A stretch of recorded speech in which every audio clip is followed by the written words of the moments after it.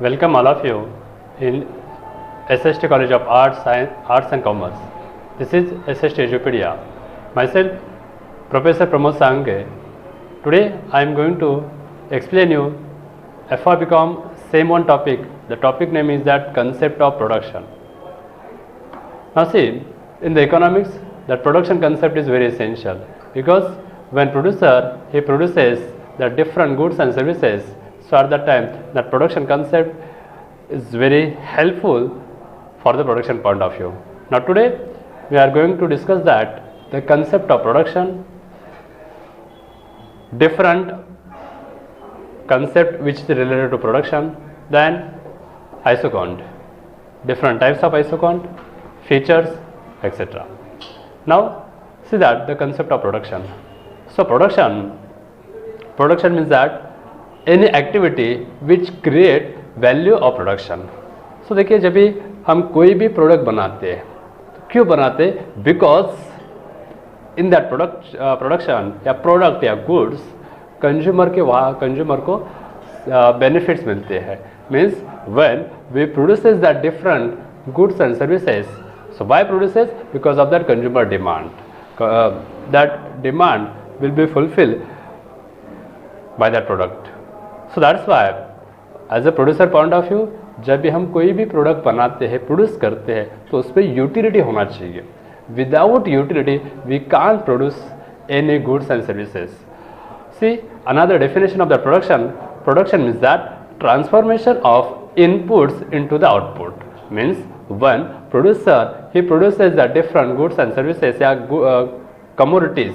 So at that time, that producer, he use that different raw material which is called as input. So that producer, he converted that input into the final output. So that is called as production. जैसे कि for example like that sugar cane है, input है. जब भी producer ये sugar cane है उसके ऊपर प्रोसेस करते हैं, प्रोसेस करके उससे जब ये शुगर बनाते, so that is called as production. So mean simple definition is that when producer he produces that different goods and services. So at that time that producer he use that different raw material, different factors of production, different equipment, okay, और उसके ऊपर process करके उसका final product जब भी बनाते हैं, so that is called as production. So production function express the technological relationship between physical inputs and physical output of a firm under the given technology. क्योंकि देखिए जब भी प्रोडक्ट बनाते हैं, कोई भी प्रोडक्ट जिसका मार्केट में डिमांड है, तो वैसे जो भी प्रोडक्ट हम बनाते हैं तो उसके लिए फिजिकल रॉ मटेरियल लगेंगे, ओके. क्योंकि रॉ मटेरियल के अलावा तो हम प्रोडक्ट नहीं बना सकते. जैसे कि जो हम फूड्स वगैरह जो हम कंज्यूम करते हैं, राइट, तो उसके लिए कोई ना कोई हमने रॉ मटेरियल यूज़ किया है. ये जब भी हम करते तो जो रॉ मटेरियल है उसके ऊपर प्रोसेस करके फाइनल प्रोडक्ट जब भी बनाते, सो इसको इकोनॉमी में प्रोडक्शन बोलते हैं. सो दैट प्रोडक्शन फंक्शन जो that is depend upon Q. Q means output या टोटल क्वांटिटी या total product. Production is depend upon N, L, K and A. सो यहाँ पे देखिए क्यू का मतलब क्या दिखा है? क्यू का मतलब है आउटपुट या product. F means functional relation. N means natural resources like that land. K shows that capital. And E means entrepreneur as well as businessman. Okay? So ये जो different inputs है या resources है उसके ऊपर क्यों डिपेंड है, ताकि जब भी हम क्यू बनाते मीन्स आउटपुट बनाते हैं तभी हम लैंड यूज़ करते हैं. Means as a producer point of view, that producer he use that land, labour, capital as well as entrepreneur and natural resources means raw material. Okay, so that output is depend upon that different factors of production. यहाँ पे देखिए इससे आपको easily production का meaning समझ में आएगा, क्योंकि जब भी हम कोई भी प्रोडक्ट बनाते हैं तो उसके लिए यहाँ पे डिफरेंट इनपुट्स यूज़ किए हैं, जैसे कि रॉ मटेरियल है, डिफरेंट फैक्टर्स ऑफ प्रोडक्शन है, लेबर, यहाँ पे कैपिटल मीन्स ए टूल्स वगैरह यहाँ पे जो यूज़ किया है, मशीनरी यूज़ किया है, पावर, फिजिकल फोर्सेस मीन्स जब भी हम प्रोडक्ट बनाते हैं सो ये डिफरेंट इनपुट्स, जैसे कि एग्जांपल देना है, जब भी हमें चेयर बनाना है तो उसके लिए हम लकड़ी यूज़ करते हैं, तो लकड़ी सिर्फ लकड़ी यूज़ करके प्रोडक्शन नहीं होगा, उसके लिए फैक्टर्स ऑफ प्रोडक्शन भी लगेंगे ना, ताकि जो इनपुट है उसको कन्वर्ट करने के लिए हमें लेबर लगेंगे। लेबर के साथ ही capital, finance, so means that is called as factors of production. So means my point is that when that producer he produces that different goods या commodities, so at that time he converted that input into the final output, so that is called as production. तो जब भी हम कोई भी production करते हैं तो हमें लैंड की बहुत ही ज़रूरी है, क्योंकि लैंड नहीं तो प्रोडक्शन पॉसिबल ही नहीं, without land production is total impossible. Then labour, so labour is a very active factor in the production process, without labour production is not possible. जैसे कि लेबर अगर काम पे नहीं आए तो प्रोडक्शन नहीं हो सकता है। Then capital, capital is the backbone of any production, so that capital में भी physical capital, financial capital, fixed capital as well as variable capital. So means in the production process that capital is required. Without capital production हो ही नहीं सकता है। Then entrepreneur, क्योंकि ये जो land, labour, capital उनको एक साथ लाने का काम एंटरप्रेन्योर करते हैं। ओके, तो ये जो डिफरेंट फैक्टर्स है, फैक्टर्स यूज़ करके हम प्रोडक्शन बनाते हैं। Now see that the different concept of production. Okay, here I am going to explain that the fixed factor as well as variable factors. So that factors of production are classified into two categories. So first one is that fixed factor and another is that variable factors. So fixed factor means that within a particular duration, within specific period of time, producer don't change that factor, so that is called as fixed factor. जैसे कि plant, machinery, heavy equipments, building, land etcetera, क्योंकि business में ये जो factors है ये हम regular change नहीं कर सकते ना एक पर्टिकुलर टाइम तक। अगर एग्जांपल देना है, देखो जब भी रहने के लिए हम रूम लेते हैं रेंट पे, तो ऐसे नहीं कर सकते कि पर मंथ रूम चेंज करते हैं। सो पर्टिकुलर मतलब एक साल वहाँ पे रहते, so that is called as fix factor. Then variable factors, so variable factors means that depend upon that production quantity या output, that production we can, that factors we can change. If the producer he want to increase that production quantity, so definitely he will be use more variable factors. So that variable factors are raw material, then power means electricity, labor etc. क्योंकि ये जो factors है within a short period of time हम change कर सकते हैं। जैसे कि अगर इनके से कल अगर कोई प्रोडक्ट की मार्केट में ज़्यादा डिमांड है तो हम एडिशनल लेबर यूज़ करके वो डिमांड फुलफिल कर सकते हैं।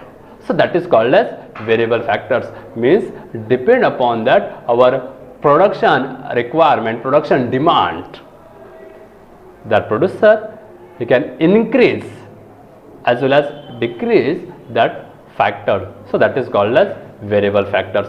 So means production function is depend upon that fixed factor as well as variable factor.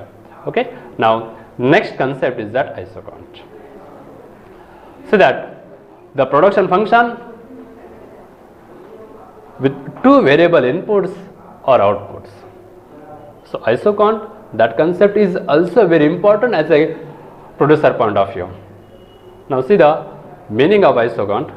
Iso means equal and quant means quantity. Means when that producer he use different factors of production like that labor and capital. Okay, you get that? Equal level of output, so that is called as isocont. अगर आपको definition देखना है तो देखिए isoquant is a curve showing that all possible combination of inputs physically capable of producing a given level of output. Means simple definition is that isoquant means equal quantity when producer he use the different combination या different factors of production, so at that time you get that same level of output, so that is called as isocont. जब भी हम product बनाते हैं तो उस time पे हमें जो आउटपुट मिलेगा that output may be same, so that is called as isocont. So means now see that an isocont represent all those combination of inputs which are capable of producing the same level of output. means isocont में कोई भी combination आप जब भी choose करेंगे या select करेंगे उस टाइम पे आपको जो आउटपुट मिलेगा that output can be same, so that is called as isocont.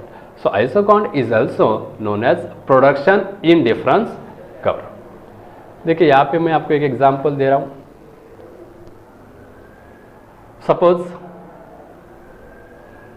x and y factors use करके अगर हमें कोई भी प्रोडक्ट बनाना है तो उस टाइम पे x and y product factor जब हम यूज करते तो उससे जो आउटपुट मिलेगा दैट आउटपुट विल सेम. यहाँ पे देखिए डिफरेंट कॉम्बिनेशन मैंने दिखाए then factor 6 and factor y. So factor x जो है उसको कैपिटल मानिए, देन फैक्टर जो y उसको लेबर मानिए. तो जब भी हम means producer he choose that a combination, so at that time that producer he use that 1 capital and 12th labour. तो उस टाइम पे जो आउटपुट मिलेगा आउटपुट यहाँ पे 100 मिल रहा है अज्यूम करो. Then when the producer he choose that second या B combination, so at that time he use that 2 capital and 8 labor. यहाँ पे जो आउटपुट मिल रहा है so that output is same means 100 units या 100 quantity. अगर उसने C कॉम्बिनेशन D कॉम्बिनेशन या E कॉम्बिनेशन उसमें कोई भी कॉम्बिनेशन अगर वो सिलेक्ट करता है so at that time you get that equal level of production. क्यों इक्वल लेवल ऑफ प्रोडक्शन मिलता है ये हम आगे देखते हैं, बट उससे पहले हमें जो डिफरेंट आइसोकॉन्ट की जो डिफरेंट टाइप्स है वो देखना है. There are different types of isoquant. That isoquant are linear isoquant, right angle isocont, kinked isocont and smooth convex isocont. So that linear isocont, here we assume that factors of production, that is perfectly substitute factors. उसका मतलब क्या है, एक diagram से आपको समझेगा. देखिए ये जो x एक्सिस है उसके ऊपर हमने लेबर दिखाए हैं. On y-axis we shows that capital. A and B ये प्रोडक्शन लाइन है. ठीक है, जब भी हम A पॉइंट में प्रोडक्शन लेते हैं so at that time the producer use only capital. Okay, A point में सिर्फ हम कैपिटल यूज करें. And suppose that producer he choose that B point. So at B point he use only labor. So means that is called as labor and capital that factors is perfectly substitution factors, means यहाँ पे हम ए या B point में जब भी हम production लेते तो दो में से, मीन्स यहाँ पे लेबर और कैपिटल में से कोई भी एक फैक्टर से प्रोडक्शन ले सकते हैं. So that is called as linear isoquant. ठीक है. Now second, right angle isoquant. Right angle isocont, here we assume that labor and capital, that factors is zero substitution factors. क्योंकि देखिए जब हम नॉर्मली प्रोडक्शन करते हैं तो हमें दोनों की भी जरूरत है ना, लेबर भी होना चाहिए एज वेल एज कैपिटल भी. देखिए सी पॉइंट में जो right angle isoquant production process कर को सी पॉइंट में टच हुआ है. तो इसका मतलब क्या है, एट सी पॉइंट जितने हम यहाँ पे कैपिटल यूज करते हैं, सी पॉइंट में जितना हमने यहाँ पे कैपिटल यूज किया है सेम प्रपोर्शन से लेबर यूज करना है.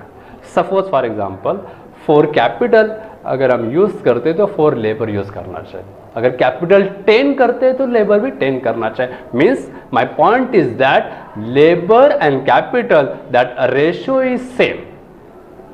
We change a producer, he changed that same proportion of that factors of production. अगर हम यहाँ पे ज़्यादा प्रोडक्शन करना है तो ज़्यादा लेबर यूज़ करेंगे, प्रोडक्शन कम करना है तो लेबर कम यूज़ करेंगे. बट जब भी हम लेबर कम करते हैं तो हमें कैपिटल भी कम करना पड़ेगा. मतलब दोनों का रेशियो यहाँ पे इक्वल होना चाहिए. It is also called as input and output isoquant. Then next type, king isocont. Here we assume that the factors of production, that is limited substitution of factors. देखो यहाँ पे P1, P2, P3 and P4 एक production process कर रहे हैं. जब भी हम P1 पॉइंट पे प्रोडक्शन लेते हैं, मीन्स एट ए पॉइंट में जब हम प्रोडक्शन लेते हैं तो उस टाइम पे हम ज़्यादा कैपिटल यूज़ कर रहे हैं और ए से आप एक्स एक्सिस की तरफ लेबर की तरफ आ जाओ, वहाँ पे हम लेबर कम यूज़ कर रहे हैं. जब हम बी पॉइंट में प्रोडक्शन लेते हैं सो कैपिटल हमने कम यूज़ किया, लेबर ज़्यादा यूज़ किया. सी पॉइंट में कैपिटल और कम किया है, लेबर ज़्यादा किया. ओके. डी में कैपिटल और कम, लेबर ज़्यादा है. तभी तो हमें जो आउटपुट मिलेगा वो आउटपुट सेम रहेगा.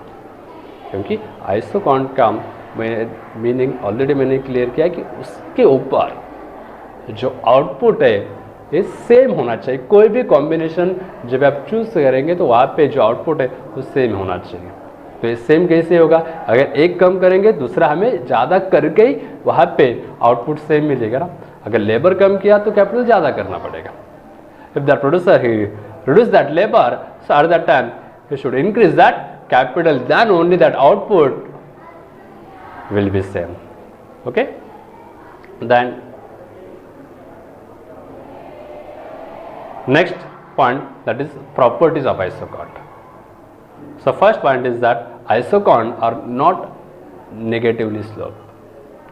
Isocont are negatively sloped, means downward sloping isocont. So isocont slope is downward from left to right. देखिए यहाँ पे ये जो आइसोकॉन्ट है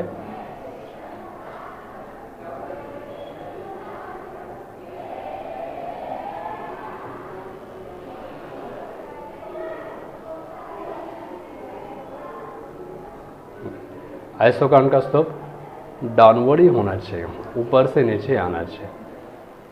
क्यों डाउनवर्ड होना चाहिए, क्योंकि जब भी हम एक फैक्टर्स कम करते तो दूसरे फैक्टर्स ज़्यादा करते.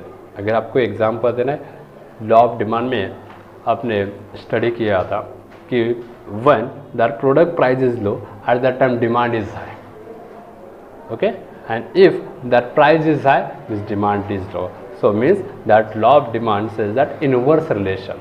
So same like that, when we reduce that one factors, that factor may be labor or capital, so at that time we use another factors.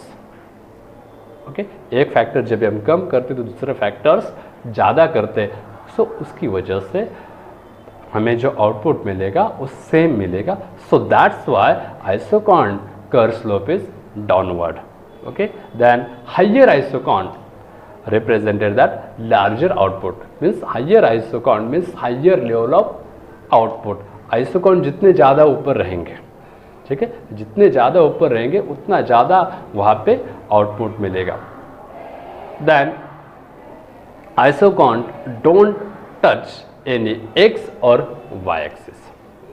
देखिए यहाँ पे isocont x एक्सिस को b पॉइंट में touch हुआ है और y को a point में टच हुआ है. ऐसे आइसोकॉन्ट टच नहीं होना चाहिए. क्यों नहीं होना चाहिए? Because in the production process if we use only one factors, so production is not possible. How we can produces that production with only using one factor?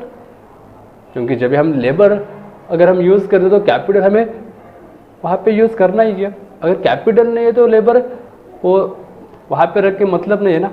या सिर्फ इंडस्ट्री में सिर्फ कैपिटल है बट लेबर नहीं, labour is zero, तो machine तो automatic नहीं चलेगी ना. तो मशीन को ऑन या ऑफ करने के लिए हमें लेबर की ज़रूरत है.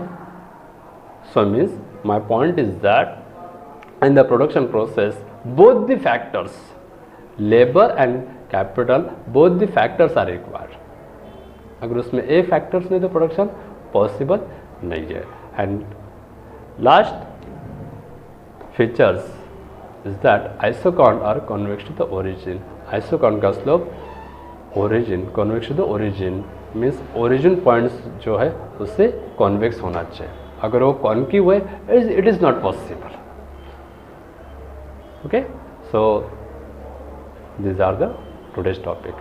Now thank you.